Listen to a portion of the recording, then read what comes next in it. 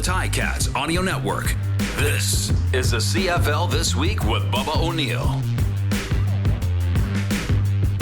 Welcome to this week's edition of the CFL This Week. Again, our weekly program and podcast, whether you're watching on YouTube or listening on your favorite place to listen to podcasts. Of course, the topic being the Canadian Football League. Another week has passed, yet more controversies, more things to talk about, wins, losses, surprising plays, and surprising movement. So let's get right to it. And again, as we always do, we have an outstanding roundtable cast to join us. Let's start from east to west. Taylor Shire, he's a reporter and anchor with Global Regina. Taylor, thanks for joining us. Thanks for having me, guys. Will Nault, he's the co-host of The Big Show on Sportsnet. It's 960 The Fan in Calgary. Will, thanks for joining us for the first time. Hey, thanks for having me, guys. Awesome to be here. And he's no stranger to us here on the CFL This Week. Jim Mullin, he's the president of Football Canada and the host of Krown, Gridiron Nation. Jim, what's going on in the West Coast? It's sunny and it's beautiful here on Bowen Island. I'm not sure what it's like back east, but it is just beautiful out here right now. Yeah, thanks for rubbing in. It's just been raining every single day here in Ontario, so leave me alone. Guys, let's talk. Ottawa, the Red Blacks have 2 wins this season, both against the Edmonton Elks. What? Come on. Then they roll out a rookie quarterback by the name of Caleb Evans. He throws 3 touchdown passes in his debut. Taylor, I'll start with you. Is he the real deal? Well, that game seemed like a week ago. Well, it was, which is crazy to think, wrapping up the weekend of football. It was last week, midweek. But yeah, Caleb Evans, he's not the real deal yet. One game is not going to show me, especially against a team like that, is not going to tell me that he's the real deal yet. But he showed signs that he could be a building block for that team. He's going to have to put together at least a half a season, if not more, of consistent games against good teams to prove that he's the real deal. But he looked good early. However, I think that was more indicative of the Elks' poor defense and poor pass coverage. Well, they kind of had 2 quarterbacks there. It was either going to be him or Doc Hodges. Again, do you keep going forward with Caleb Evans? Yeah, that's where I was going to go. I mean, you only threw it 22 times. So like Taylor said, it's really impossible to tell if he is the real deal. But, this is a team that, as you say, it has 2 wins. They, I think for a lot of people's money, have been the worst in the CFL this season.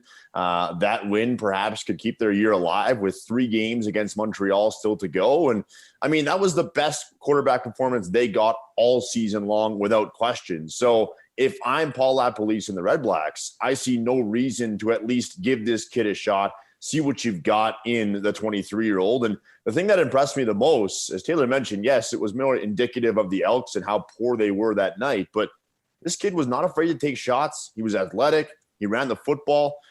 He was able to get some, good yardage with his legs. So, yeah, I see no reason based on how the first half of their year went. If I'm Paul LaPolice, I go right back to that kid. And they played 2 games this week, so it'll be curious to see what happens in week 10. Jim, there was a lot of talk in this province, at least, about the general manager being on the hot seat. Does that give him a week off here? What do you do with Matt Nichols, who comes at a price? Dominic Davis, again, a veteran, 31 years old. These guys have had plenty of opportunities. Do you move away from these fellas?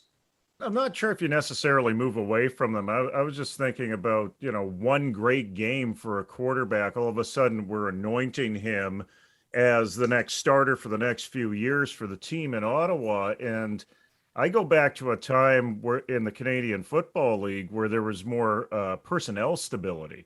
And you earned your way onto a roster by carrying a clipboard for at least 2 years and learning the nuances of the game and having someone there to mentor you. So you need that veteran presence, like a Nichols on your roster still, if you want to get the most out of Caleb. You really do. One game isn't gonna define what his career path is going to be in the Canadian Football League. We've seen a lot of these guys pop up before and then disappear rather rapidly. We've also seen a guy like Vernon Adams, who bounced around and had some flashes of greatness, but couldn't sustain it. Finally matured to a point where we can see now that VA is maybe the most exciting player in the Canadian Football League, yet still has some consistency problems, but has established himself as a starting quarterback. It's a long road to establishing yourself as a regular starting quarterback in any professional league. So when it comes to the supporting cast right now from Mr. Flash in the Pan, you got to keep that supporting cast around. And as Desjardins goes, he's been on the hot seat a couple of times over the years. Ownership really likes him and stands by him. And I don't see, especially in this abbreviated season, any sudden moves until they get into the off season. The two things out of that for me, sorry, I just wanted to jump in there because, it's a great point. I mean, how long did everyone across the league say James Franklin was the next superstar of this league? And I mean, what did he do? End up doing nothing. And in fact, he's now retired from professional football. But I see it two different ways, Jim. And I'm wondering where you see it, because in one direction, yeah, James Franklin was anointed forever and never lived up to that hype. This kid, it's one game, but maybe it's not such the case in Canadian football, but pro sports in general. We're seeing a younger generation make a better impact immediately. And I do wonder if some of that old school is the wrong way to put it, but the old way of, you got to bid your time, you got to carry a clipboard, all that. Like sometimes you just find that guy. Now, I'm saying Caleb Evans, after 22 times he's thrown the football. No, I'm not saying that he's the next guy in Ottawa, but I do think that mindset's changed a little bit. Do you see it the same way or no? I think in every position except quarterback. I think that you can find those raw rookies that you can throw into a professional situation, and you're still going to have an issue with consistency out of those positions. You're right. It doesn't matter about what sport. There's a lot more of that. We experienced that watching the NHL. That median age has come way down in the NHL over the last 15 years in an arc. My favorite baseball team, the Seattle Mariners, that they've pushed some rookies up into the major leagues, maybe a little bit before their time, but there's still a point there where you have to manage it at the top levels, right? Confidence is a big thing. If you break confidence and development, you can set the development of a player back 2-3 years. So the way they bring Caleb Evans into situations, he's got to have that backing. As much as the BC Lions have struggled at times out here, and especially that first game with Michael Riley and his elbow situation, I really like the setup they have with him and Nathan Rourke, because Nathan Rourke has got a veteran that he can learn off of. He can go in there for spot duty. He can develop and understand the system and understand the different dynamics of the professional game, even coming from a Division I program that he led quite successfully over his 4 years there. It's a transition to the professional game, and it's good to have good mentorship around you at the end of the day, just in that position alone. Yeah. But Taylor, last thing on this here, and it's funny that you guys talk about the mentorship, carrying the clipboard, and I'm wondering if that's just a time that we've long passed. I mean, we'll go south of the border, National Football League, Josh Allen, the kid in San Diego. These guys are like drafted and boom, you're anointed number one and you're expected to perform. And then should that not be the same expectation in this league?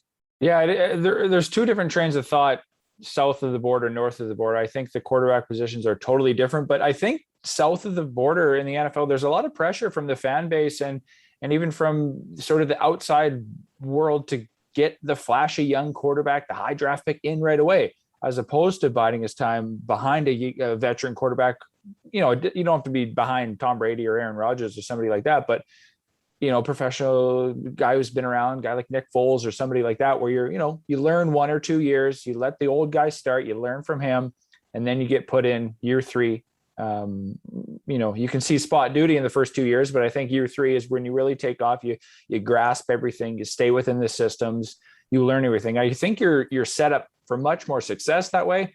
But with the pressure of winning now, the pressure of the outside world, why aren't you playing the high draft pick, the flashy quarterback who's going to make mistakes, but he could go off in one game. I think there's just too much pressure from the outside. And in terms of the NFL and the CFL is way different. I think there should be much more of an emphasis on developmental, where you do have young quarterbacks in the system and they are learning from the veterans, because there's a lot of veteran quarterbacks to go around. I don't necessarily think there's 9 veterans that can start this year and put up winning records for their teams. A guy like Matt Nichols, I think, has fallen off so far, but I think for Caleb Evans, he can still learn a lot from watching Matt Nichols and going through practice with him and having that succession plan in place if Evans is going to be their guy.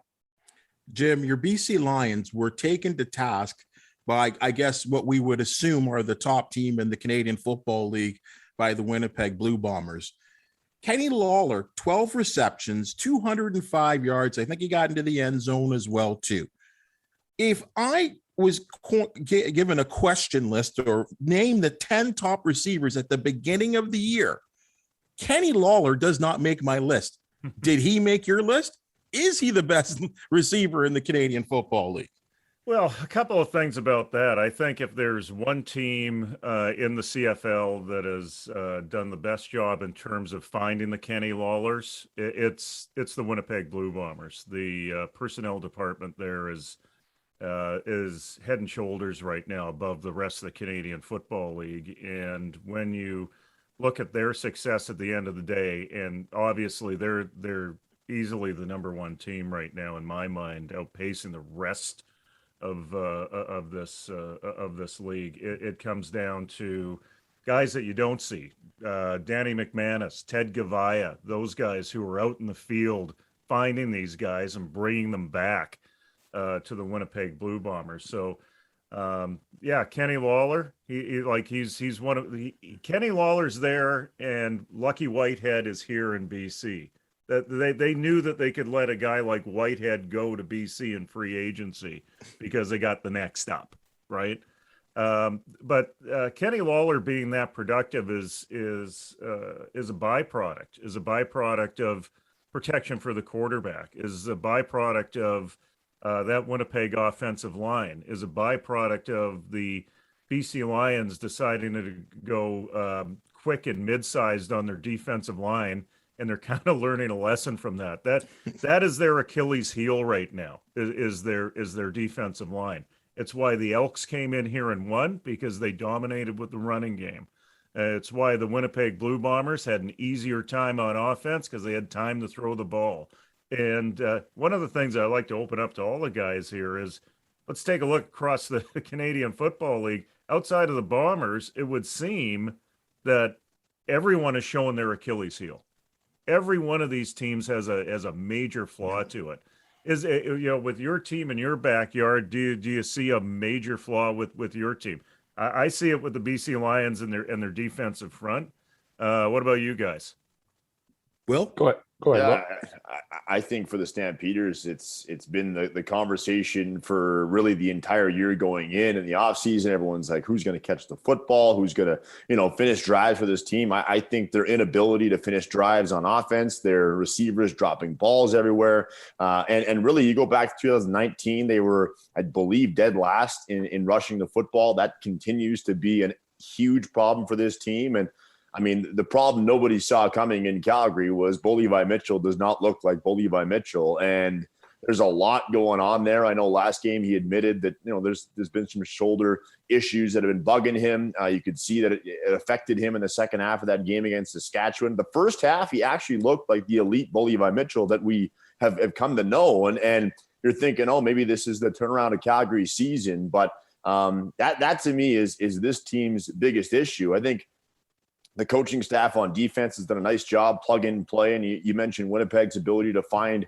the next guy up. Well, Calgary's done that on defense, I think, the last couple of years. And yeah, they've got their odd game where they do look like a bit of Swiss cheese. But I think overall, if you were looking at the Stampeders and why they are where they are, it's because they have not been able to finish drives, and their receivers have dropped balls at some very, very key moments. And when you don't have a run game as a defense, it's pretty easy to pin your ears back and go after the quarterback. Well, I would have thought, I mean, maybe not going into this season, but just last year alone, Will, there could have been 3 receivers that I could have possibly said would be the best receiver in the Canadian Football League. And numbers obviously diminished somewhat. Taylor, I don't know. It just doesn't even sound right to me. In terms of like Kenny Lawlor, number 1? Yeah, I would say he wouldn't be in my top 10 list heading into the season. Lucky Whitehead might not have even made the list. But 2019 is a long time ago. And there's some new guys coming to the top here in 2021. Look at a guy like Darrell Walker, Greg Ellingson. I think Brian Burnham is still probably my number 1 guy. So he hasn't really taken a step back, I don't think. But even Brandon Banks, maybe he would have been, 1A to Burnham this year. He hasn't really shown much. Braylon Addison came back this week. He looked good out east. And then, Eric Rogers and guys like that are still near the top, Geno Lewis, but Shaq Evans, a healthy Shaq Evans. So there's 8-9 guys that I just listed that I would have put ahead of Kenny Lawlor. But I think until Lawlor becomes that go-to guy night in and night out for Winnipeg, I think he had 1 target or 1 catch the week prior. So to me, he's not the best in the CFL until he's that 8 reception guy every week. Whether he goes off, because that was his first 100-yard game this year. Yeah, it was a 200-yard game, whatever it was, but he hasn't put up a 100-yard game yet this season. I feel like they almost don't have to because they run the ball so well. They may be the most balanced team in the Canadian Football League. Let's go out east, guys. Here in Hamilton, I have to admit I was really, really surprised to hear the fans be so boisterous about David Watford replacing Jeremiah Masoli in that game. Now, I don't know if they were thinking for the game. I don't know if they wanted to see Watford for a couple of series. What I do know is that they lost the game to the Alouettes, and they're 500. Like, this is a team that I think maybe all 3 of you would have picked to be the Winnipeg Blue Bombers in 2021. What's going on with the Tiger Cats there, Taylor? I still have them coming out of the East, and they don't look like they're going to be at the top of the East, but I think they'll be the Eastern champion. They'll head into the Grey Cup. I just think their defense is too strong. When November and December roll around and we're playing football games in the snow and whatever the temperatures might be, that defense is just too good. And they don't necessarily need the most prolific offense to keep going. I think they need Masoli or Evans because Watford is not the guy he can manage a game. He can throw 3-yard passes, but he's not going to be winning games in the fourth quarter on the final drives. I think Masoli, and I think when they do get their receiving core back and fully healthy, I think we saw signs of it on the weekend in terms of bringing back Banks and Addison and even the running back Thomas Erlington. But I think they eventually will overtake Toronto, will come through Montreal, and whether they finish first or not, I think that doesn't really matter. I think they'll get through in the playoffs, and they'll eventually be that team, whether it's Masoli or Evans guiding them at quarterback, but it won't be Watford. Will, was this just a thing where the fans are being fans? 100%. And it's funny because I don't necessarily disagree with Taylor, but his statement is more about how, once again, how disastrous the East Division is than really Hamilton's season, because I don't think that Hamilton has shown that, that's a team that's going to be in the Grey Cup. But I don't see them losing in the same breath to a Toronto or a Montreal on a winner-take-all type playoff situation. Now, I will say this, though, and we've seen this, I think, in Calgary a little bit the last couple of seasons, but, pressure, expectation, the fact you're hosting the Grey Cup, I think all of that has played into what we're seeing in Hamilton this season. And, I mean, kind of like Bo Levi Mitchell in a way, too. Like, Jeremiah Masoli has just not been the same player for the last 2 years. And, Dane Evans, I think, has been the better quarterback when the two are healthy. And so I think all of that playing in, Jim and I talked earlier about how important the quarterback position is in this league. And when you're getting inconsistency like they've been getting at quarterback, and you look at how, through the 2/3 of the season, they've had all 3 guys really share the field. Nobody's really had that job for any sort of consistent amount of time. So I think all that is playing into the Ticats being a 4-4. I picked them to go all the way at the start of the season. Like Taylor, I still think there's a very good chance they go to the Grey Cup, but Jim, I think pressure, expectation, the fact they're hosting this thing, the fact that everybody and their dog picked them to win the East Division, I think all that's playing into what we're seeing so far this year. And to your point, at the start of the year, I had a friend of mine reach out to me about who had the best chance to come out of the East and get into the Grey Cup. Now, I don't bet. I don't put money down, but this guy does. And I said, Hamilton will be there in the Eastern Final, but Vernon Adams and the Montreal Alouettes are going to go in there and steal the Eastern Final. They may not be the best team, but because of those things that you mentioned, those layers of pressure in Hamilton, hosting the Grey Cup, that's a huge weight. We've seen it time and again over decades about host teams in the Grey Cup losing their final game either in the West or the East. And the thing that really worries me about the Ticats, as you mentioned, with those three quarterbacks, it's almost like they're at 500 right now. It's a stalemate for them because it's almost like a half the season's been an exhibition season for them. Like they haven't congealed at that position. I know that they've had a number of injuries and some players rotating through, but you know what? Now it's time to decide what the identity is of this Hamilton Tiger Cats offense. If they have a hope, because I do not see, even if they find a way to get their game together, even if they find a way to first place, them developing the consistency to be reliable after that 2 weeks off going into the Eastern Final against a Toronto or a Montreal. This is a team that could easily be taken out because of all that external pressure that is there in that town.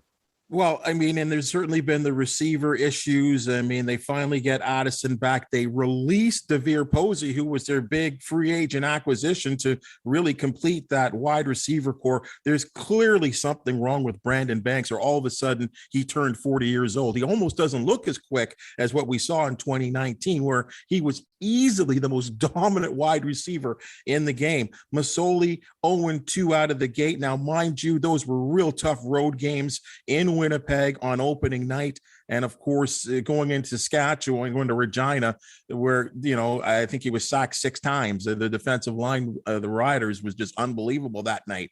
So it's like you haven't really the two best wins were these simple wins with a simple offense with David Watford, and I don't know. I mean, you're right. You got these two higher priced quarterbacks. You got to be able to roll with one of them, Will, I would believe. Yeah, no, you have to find somebody that's going to give you some sort of traction to give yourselves a chance. And, Taylor brought it up earlier, I think, and you just talked about it. Brandon Banks was at the top of everybody's list, and he has been so ineffective that they have to kind of change their game plan to dinking and ducking, and they can't stretch the field like they've been used to. And you factor that in with some poor special teams play at times too. And I don't know who I would go to. Like I say, I think when they're both healthy, I've liked Dane Evans better, but I think you have to factor in the fact that Masoli's had some tough matchups. And if they're gonna make it and be that host team in the Grey Cup, they're gonna have to find some quarterback to give them some sort of life on offense. And unfortunately, they haven't been able to do that. And when you're playing the 3-down game, if you can't stretch the field and you're forced with 2nd and 8, 2nd and 7, well, you're putting yourself in a really, really tough spot. And they've been doing that all season long. Bubba, I got a quick point here. Sure. I think I was on your first podcast this year, and one of the points that I brought up and that I'd heard through the league was that after 650 days off, the biggest issue was going to be injuries. And how injuries were going to erode consistency. And I think that's what we've seen so far right across the CFL. And I think it's contributed in part to offenses not being as productive. The odd thing that I see, and this is a really deep dig here because I'm producing a college football TV show, is going through box scores. They're still producing offenses at the U Sports level. Like I see 900, 1,000, 1,100 yards in total offense in a lot of these U Sports games, but it ain't happening in the CFL. And one of the questions I had coming into this today was why? where have all the offenses gone in the CFL? Is it that injuries? Is that consistency thing? Like we talked about quarterbacks. Do we not have the quality quarterbacks here to operate? Is it a personnel thing? I can go back to when they expanded rosters back around 2011 and it allowed coaches to bring defensive specialists in on different downs and different situations. And we started to see the numbers drop off then. Like, where have the offenses gone? I mean, it's great that we had an exciting game out of Hamilton because we haven't had enough of those this year. But even I mean, there was 40 points scored? I mean, this is the Sasky game with Calgary. 40 points scored? You're right. I mean, and that's a noticeable thing because was that, guys, not one of the selling points of the Canadian Football League? Wide open football, high scoring, exciting plays. Yes, there's been some really exciting games and completions to games, wild finishes, but you're right. The offensive numbers and production way down all across the board. Yeah, there's been a lot of unders. If you're a bettor, there's been a lot of unders this year. And I mean, from the Riders' standpoint, I think they have 9 new starters from 2019. So to get that offense, to get that chemistry, their offense is totally different. Sure, they have the same quarterback, Kyron Moore, and the running back, and 1 offensive lineman, but they have a whole bunch of new receivers, a whole bunch of new offensive linemen. So they are still gelling a bit in terms of developing that chemistry on a consistent basis. And I think, to your point, Bubba, that is across the league where there is, these offenses are still trying to pick up from that year off and get that chemistry and get that familiarity back. And the defenses, I think, are picking up on a lot of that and just playing better than the offenses overall. And I don't know what the situation is like in BC or Regina. I obviously haven't been paying close attention to each team's injury report week by week, but I believe the Calgary Stampeders, to that point, I think they've only had 2 games this year where they've had the same 5 offensive linemen. It's been a carousel, whether it's been injuries, whether it's been illness. You get guys placed on the 1-game injured list all the time. And I think out of the, 8-9 games that everybody's played across the league, I bet you that stat's pretty close for a lot of teams that they have not had the consistency. And listen, the O linemen, the D linemen, the trenches, they don't get the sexy headlines. So nobody really, I don't think, pays that close attention if you're an average fan or unless you're, dialed in. But I think across the league, there's been, the injuries to your slot back or your running back, those are the ones that everyone's like, he's out of this game. But nobody pays attention to the fact that maybe the offensive line has been that rotating carousel. And when you don't have that, we talk about chemistry and confidence. You don't have that as a quarterback, confidence that your guys are going to block or the comfortability with your offensive line. I think that plays a huge role. And I'm not trying to let anybody off the hook, but I think that plays a huge part for sure. Yeah, how many retirements did they have on the offensive line in Ottawa before they went into the season? Last minute ones. It was at least 2. It may have been 3. And when I saw those stories popping up around the Red Blacks, I knew that they were in for a very long year, even though it was only a 14-game season. Well, that's sort of been an issue too. I mean, the retirement of Mike Filer has been a huge issue on that offensive line. I mean, Dane Evans might have been the best protected quarterback in 2019, and he put up the numbers to certainly produce a team that went to the Grey Cup. Guys, one more sort of league issue thing, and I don't know what you guys think about this, but you know what? I come home, I put on the converter, I start flipping around. It's a Monday, it's a Tuesday, it's a Wednesday, it's a Thursday, a Friday, and Saturday, and there could be a CFL game on. Now, that is totally against the norm of what we've normally seen in this league. Now, I don't know, Taylor, we'll start with you here. Should that become the norm? Games on any day of the week. You know what? It was a nice surprise to watch a game on a Tuesday or whatever it was, but no, they need that consistency. I think they've tried a little bit over the years. They've gone away from all those Sunday games. Especially when the NFL is gone. I think that is a major thing to not have those Sunday games to compete with the NFL, because there's a lot of people that are fans of both that want to watch both. I think the Friday night game is great. I think the Saturday triple header might need a bit of, I don't think that's really sustainable for a guy like me to sit and watch 3 football games when I got 2 kids running around. I can't really do that. So I need bite sizes. Double headers are great. I think you have everything set up. But Yeah, so I don't know where to put that extra game. I think a Friday night game is good, and then a Saturday doubleheader. But where does that extra game go?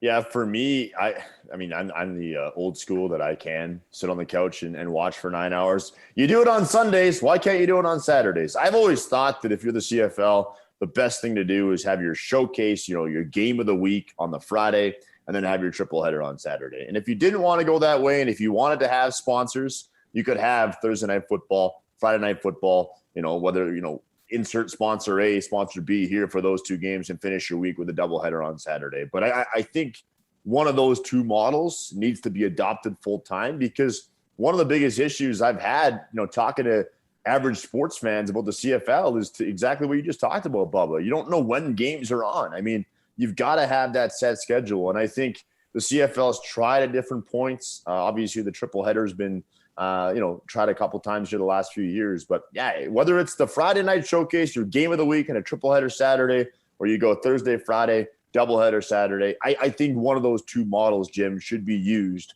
full time going forward. But Jim, I mean, when you were flipping around and you saw a game on Tuesday night or Wednesday night, did you turn it off? Yeah, because it was Ottawa and Edmonton. Yeah, I mean, Ottawa Edmonton was an easy one for the PVR and the Zoom button, especially when, I'm sure, there's a lot of people in the GTA that were getting amped up on, and across Canada that were getting amped up on the Blue Jays and their run in the pennant. I was amped up on the Seattle Mariners. Yeah, sorry about their that, run Jim. towards the pennant. You got to, when you start spreading it out across the week, you got to make choices as a viewer. If there's one thing that has tremendous value in today's media market, it's the attention of your eyes. That's the thing with the most value right now. Everyone's competing for attention. Tuesday games are for the MAC. Right, they're not. They're for mid-major conferences that are trying to find a way to get into your living room. If the CFL goes back to a cadence of Thursday night games through the late spring and summer, and then the Friday Saturday combination, that's the place where they should be. I know as a guy who likes to follow college and even junior football, I kind of like that space in the Saturdays where I can go watch some college football as well. So it really comes down to picking your spots. I would say avoid Sundays at all costs, with the exception of the playoffs, though. I agree with you. Stay away from the Sundays. I mean, the National Football League is way too much of a juggernaut. Yeah, the gambling, blah, blah, blah. But and Jim, you kind of crossed on it there too. And I'm a big fan of the following the OUA. And I don't know what's going on in Canada West for you guys as well too. I don't know I feel like they're trying to build something with the OUA, but then you throw in a CFL game and you're kind of crushing it as well too. I feel there's a lot of allegiance in the queue with Montreal and Laval, and they have like their own separate audience that I think we're in Ontario trying to establish that kind of an allegiance to this product. But putting a CFL game on a Saturday afternoon, doesn't that really hurt the college product, Taylor? Yeah, I think it's such a tough juggling act, because you got to also take into account the time zones. If you want to have a Friday night game, well, out east, if it's in BC, you're not starting until 10:30. So, if you're a CFL fan, or if you're over in the Maritimes, even speaking with Riders kicker Brett Lawther, he's like, my family has to start a game at midnight sometimes if they want to watch me play. So they're watching from midnight to 3 a.m. So I think that's sort of a total different thing that the CFL scheduling has, where they don't have that consistent time, say 6 o'clock on Thursday or 7 o'clock on Thursday. That's kickoff, because there is that time zone difference. So you'd have to have every Thursday game or every Friday game out east to start at 6. So that's sort of a scheduling thing. But I think in terms of the competing with, whether it's junior football or whether it's university football, I don't necessarily think it's direct competition. I think each one has their own fan base. And when there's a Riders game and a Regina Rams game at the same time, there is a bit of a competition there. But I think people who are going to go to the Rams game will go regardless, and then they'll make it home to watch the Rider game on TV. There's never going to be those games necessarily at the same time. I think the Rams do a good job of picking different time slots when the Riders aren't playing. so they can their fans can either watch online or go to the stadium when the Riders are on the road. Will? Yeah, I think, obviously Saskatchewan's a different animal, and to, Taylor, I think the University of Saskatchewan, University of Regina, they obviously do a great job putting their product out and stuff. And, in Alberta, the Dinos have been one of the most successful programs in U sports in the last decade plus. And if you ask, 10 Calgarians, I bet you not even half of them watch the Dinos play. And I think part of that is you need to try to find a way to get that exposure, whether that is online now with the ability to watch everything at your fingertips. I think there's more ways to grow the game outside of worrying about your time zone or your scheduling conflicts right now. Worry about getting your game out to your people and letting them make that decision, because right now that decision doesn't really exist. And it's really unfortunate because the Dinos have been that good. And yet I don't think a lot of people can name you 3 players on the Dinos team this year. So that I think is U Sports' biggest issue right now, is find a way to get your game in front of people. Don't worry about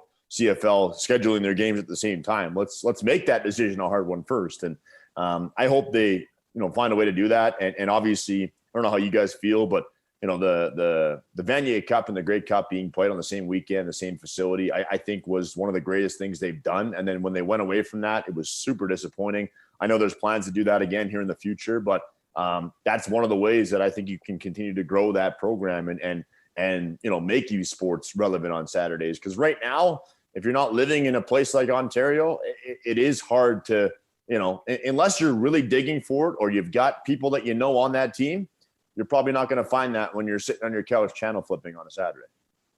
Jim, this situation as well as any one of us. It's been an issue, I think, over the years, and Will brings up a great point about the unification of the Grey Cup and the Vanier Cup. We saw it here it was in Toronto a couple of times where I thought maybe the best Vanier Cup we'd seen in 50 years was played.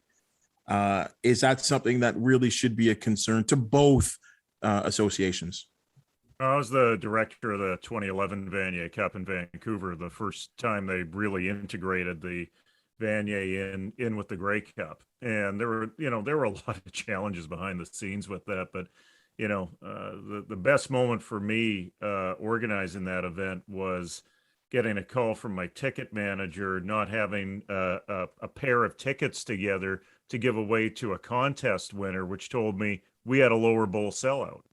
The audience is kind of built in with the Grey Cup. The unfortunate thing with this is that there is a desire from the CFL to start and end their season sooner than in previous years. They're not aiming for that last weekend in November anymore, and there's no room for U Sports to move all 4 of their conferences schedules earlier.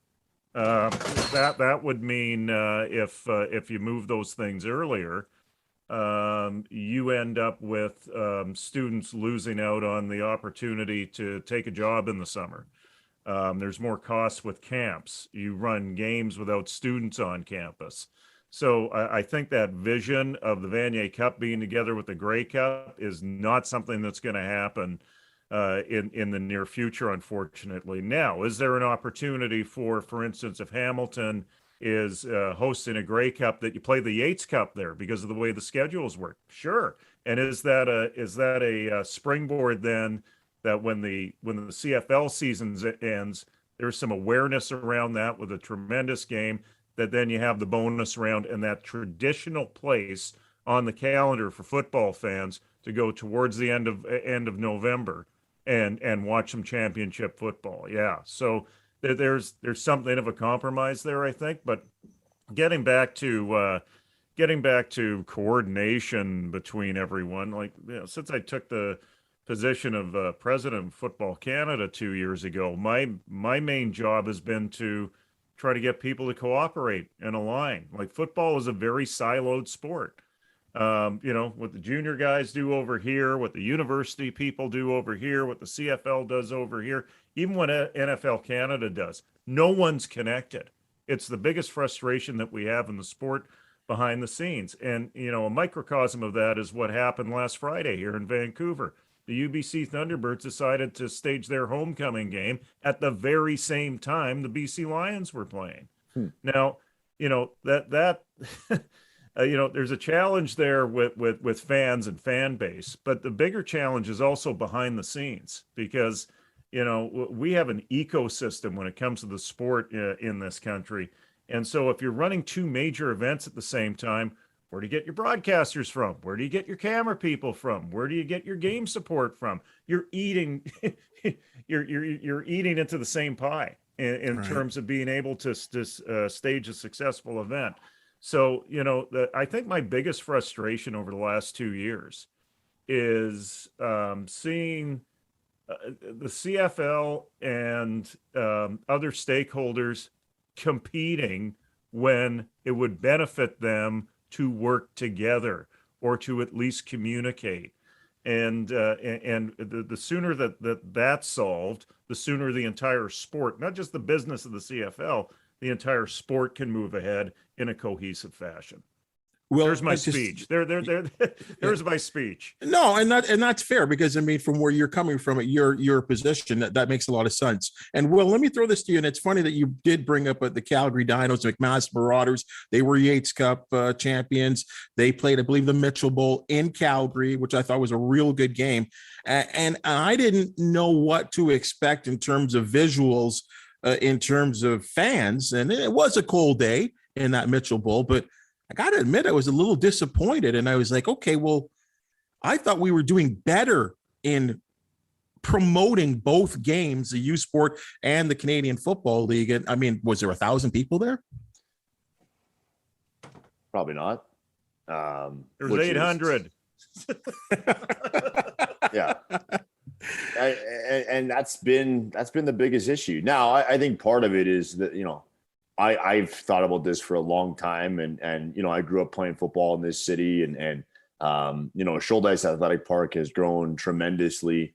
That's to me where the Dinos should play their home games. I've called 2 Calgary Colts games this year. They played at Shouldice. They've got better fans than the Dinos have so far this year. And I mean, you're putting them in this massive, massive facility, and it falls flat. It really does. And I went to games to the Dinos as a kid on the sideline, and I would look up and be like, "There's nobody here." It was depressing. Now, I mean, in the '90s, after the one Vanier Cup, they were pretty bad there for a while, but still, they've been that successful the last decade, and it just hasn't been there in terms of a fan base. Now you go one province to the east where Taylor is, and it's completely different.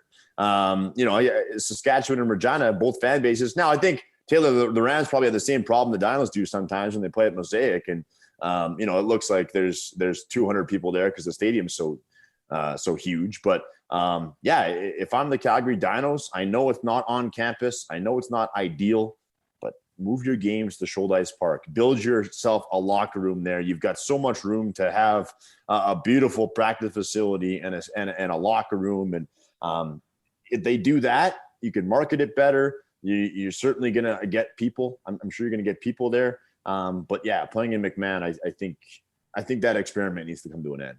Last word to you, Taylor. Yeah, in terms of Regina, the Rams and the Thunder, for that matter, sometimes play. We have a nice facility, Libel Field. They sometimes play there. It's a great facility. It's more intimate. It's perfectly set up for junior football. But I think with the new stadium, there is a bit of an allure for fans that maybe haven't been to a Rider game to go into Mosaic Stadium and watch a game from the nice facility. That's brand new. But I don't necessarily think that's the best home for them because they can, they only get a few thousand fans. And I think you get a better product and you get a better atmosphere at a place like Libel Field that, you can make it a capacity crowd where you can fit, 3,000 fans in there and make it more junior football or university football friendly. But I see both sides to it where, you have the nice big facility, all your vendors can be set up and all your ticketing and whatnot can have more people and you can get into the big stadium. And I'm sure the players like playing at the bigger stadium as well. Bubba, $5 idea here before we go, because the Panda game has proven it to us. When you have 2 teams in a rivalry game, you have a partner like OSEG, a CFL partner, to help those universities along. That the Panda game has become bigger than the Vanier Cup because it's well organized, it's community based, got great roots, and I think quite fortunately for the football fan, it's produced a really good product. Those are great games year after year. So, like in the case of Regina, play all your games at Liable Field, save your game at the end of the year for the Saskatchewan Huskies, make that the provincial rivalry game, and put it in the big stadium. As for that Shouldice part with Calgary, I have been in the ear of the University of Calgary for 15 years on that, and they just refuse to do it. So, Shouldice, about 2,800 seats. It shows well. That's the other thing, is that get into facilities that work for you, that show well, that create atmosphere, that create energy. It's one of the reasons why MAC in your town works so well. It's the right size. It's the right field. If they went into Tim Hortons, the McMaster Marauders would get lost in there. In their own facility, they work really, really well. Guys, this is the CFL this week. And at the end of the day, though, discussion on Canadian football, I think, is just an outstanding thing that we've just done here. So I got to thank all of you here. Taylor Shire out in Regina, Will Nault in Calgary, Jim Mullin, our boy, out in BC. So thank you so much for joining us, folks. I hope you really enjoyed the podcast. Again, wherever you find your favorite podcast, you can find us on the Ticats Audio Network. If you are watching on YouTube, hit that link and subscribe and like, and come on, you're going to get all this kind of content every single week coming on you on a Monday afternoon. Again, thank you so much, guys. Again, this is the Tiger Cats Audio Network. This has been the CFL This Week. I'm your host, Bubba O-Neil. See you next week. The CFL This Week with Bubba O-Neil. Subscribe, like, and get the deepest takes on Canada's game every Monday.